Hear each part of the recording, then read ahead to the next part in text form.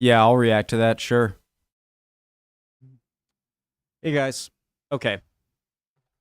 I have been into government stuff a lot the past 2 days because that's how my mind works. I, s- I want to learn stuff, okay? And I'm interested in European type government stuff. So, what do I know about the EU? Nothing. Welcome to the European Parliament. Preemptive The like EU's Cicerone. Original link, top of the description. Below that, link to the Discord. Hope you're all doing well. Let's learn. official. Welcome to the European Parliament, the EU's official first institution, the world's largest transnational democratic electorate, and the second largest democratic electorate after India.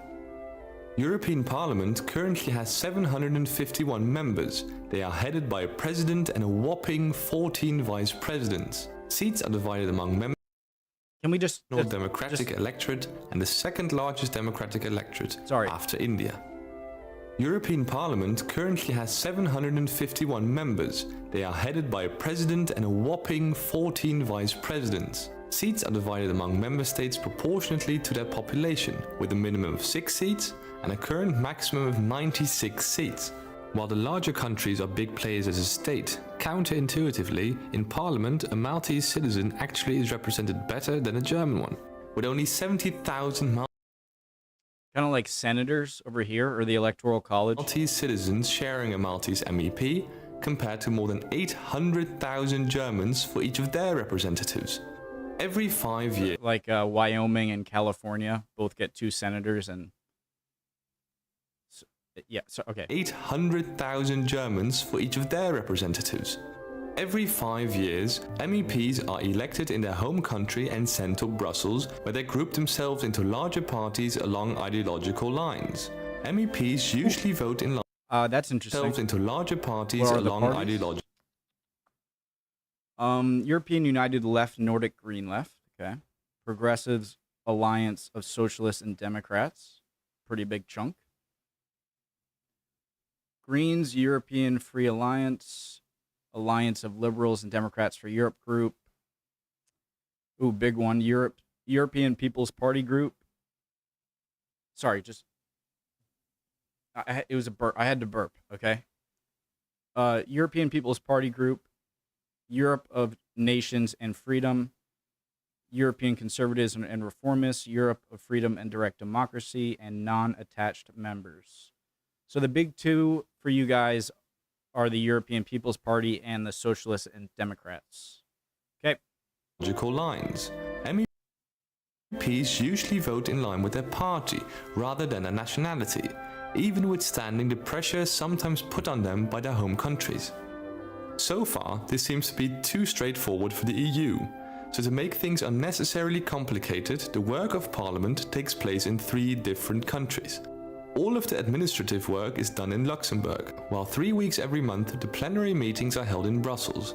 The remaining week All right, I had the sniffles. Sorry, I just allergies is done in or Luxembourg, something. while 3 weeks every month the plenary meetings are held in Brussels. The remaining week each month, meetings are held in Strasbourg. And yes, this means all MEPs, their supporting staff and their documents move back and forth each month. They have 2 buildings, etc. As you can imagine, it is not super practical that the administrative work is done in another country, but it does not compare to the impracticality of holding plenary meetings in 2 cities more than 400 kilometers apart. Why is this done? Well, because France. Now that we have quickly established I'm telling you guys, France is a Trojan horse, okay? Hey, if you're from France, I love you, okay? I'm making fun, okay? But seriously, okay? Watch your back. France in a union never works out. Look in history. They always fought the rest of Europe. I'm kind of joking, but I'm like, come on. So why did... Okay, sorry. No, I love you, France. Apart. Why is this done? Well, because France. Now that we have quickly established what the EU Parliament is, I think Napoleon is still alive and he's just behind the curtain. All right, enough jokes. Sorry. We can talk about because France. Now that we have quickly established what the EU Parliament is, we can talk about what they actually do. Parliament has 3 main tasks or powers. First, the legislative power. In the standard, it has three main tasks. It doesn't have a budget power control over the executive branch.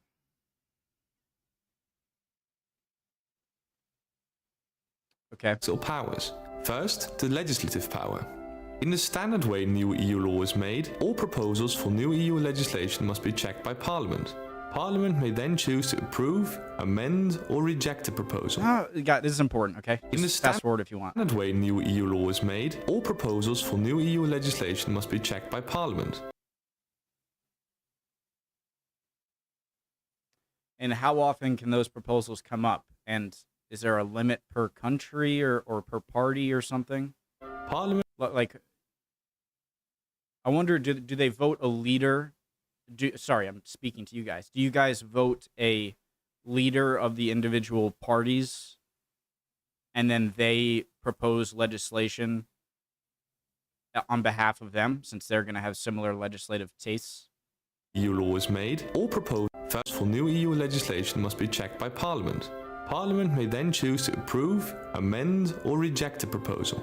As such, Parliament can stop every new law from being implemented, except it can't. Parliament, as the EU's only directly elected body, strangely doesn't have a say in legislation on all subjects.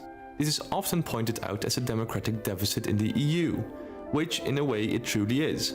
However, we are not talking about a state government, so comparing it to one is like comparing apples and oranges. The EU is an international or supranational organization. Okay. That's fair.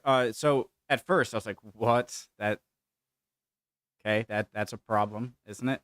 But if that is true, and he makes a good point, it's if you make the institution and say out loud the entire time, this is not a purely democratic thing, which clearly they didn't if they have this in place where, you can't block every piece of legislation. But if you're out and say that, and you know that going in, then that's more reasonable. Apples and oranges. The EU is an international or supranational organization in which independent and democratic states are represented. Compared to other international organizations such as the UN or NATO, the EU is very democratic. Besides, when the European Parliament was elected for the first time in 1979, it had no powers to veto legislation whatsoever. Okay. Parliament's right to co-decision was introduced. So they were clear from the beginning and they're changing it as time goes on. To veto legislation whatsoever. Parliament's right to co-decision was introduced in the Maastricht Treaty in 1992. Parliament's powers have been expanding ever since. So while this democratic deficit does still exist, it might no longer in the future.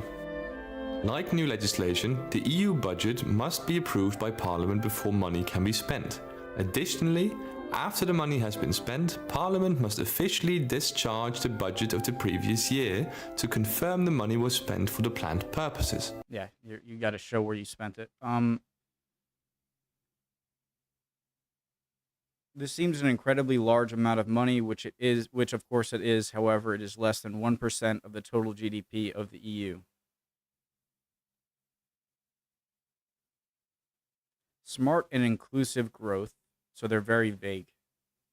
Sustainable growth, natural resources, security, citizenship, global Europe, special instruments, administration. Okay, so clearly those can be cut down a bit more, but additionally, broad.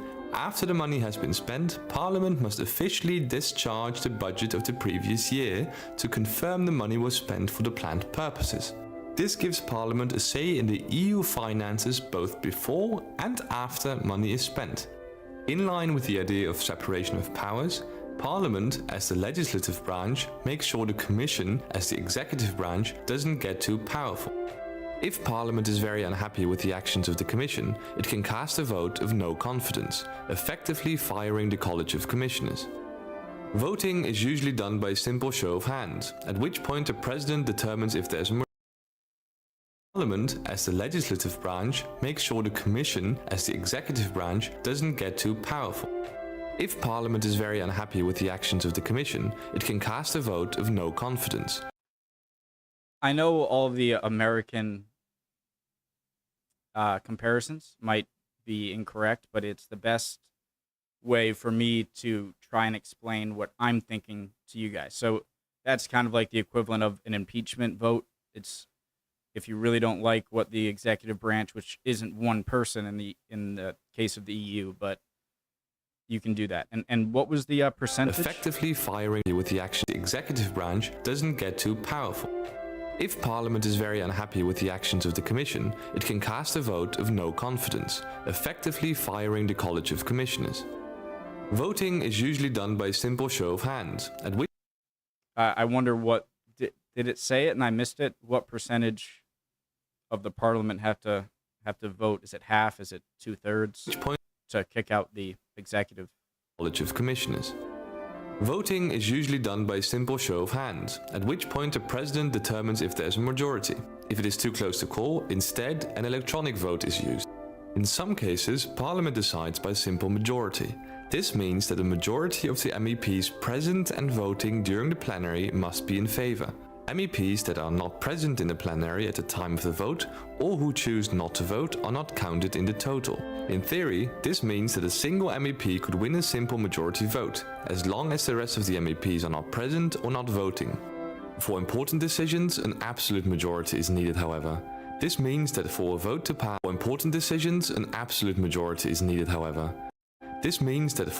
pass, a majority of Parliament must vote in favour, regardless of who is there and who abstains.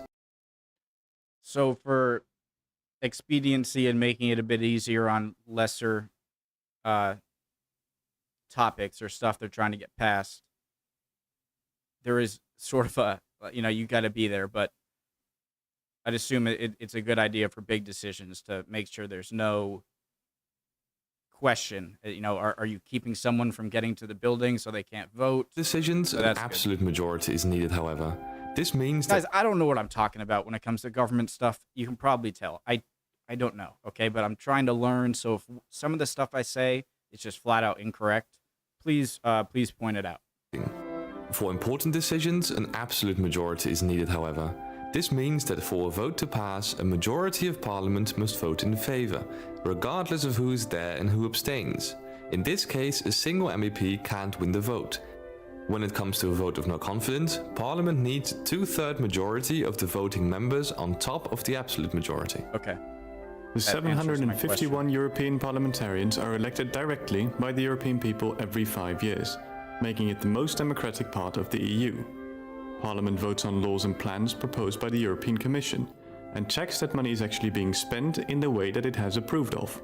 Although the Parliament is not yet involved in every EU decision, it has steadily gained power over the unelected institutions over.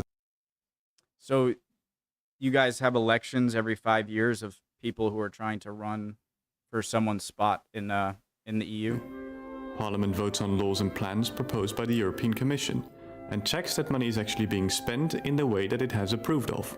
Although the Parliament is not yet involved in every EU decision, it has steadily gained power over the unelected institutions over the years. Now we have some basic knowledge of the first institution of the European Union. It is, however, only a small part of a much bigger picture. To find out more about the other institutions, the history of the EU and other subjects, please check out our playlists and subscribe to our channel. Okay, yeah, really good video, great channel it seems. I've just been really curious about my interests changed very rapidly past few days. It's been learning about governments and stuff like that. Maybe I'll still be learning for the next few weeks. Maybe I'll stop tomorrow. I don't know. It's just I kind of watch what I'm currently fascinated in. But again, would appreciate any and all comments, and I hope you guys are doing well. See you next time, guys. Bye.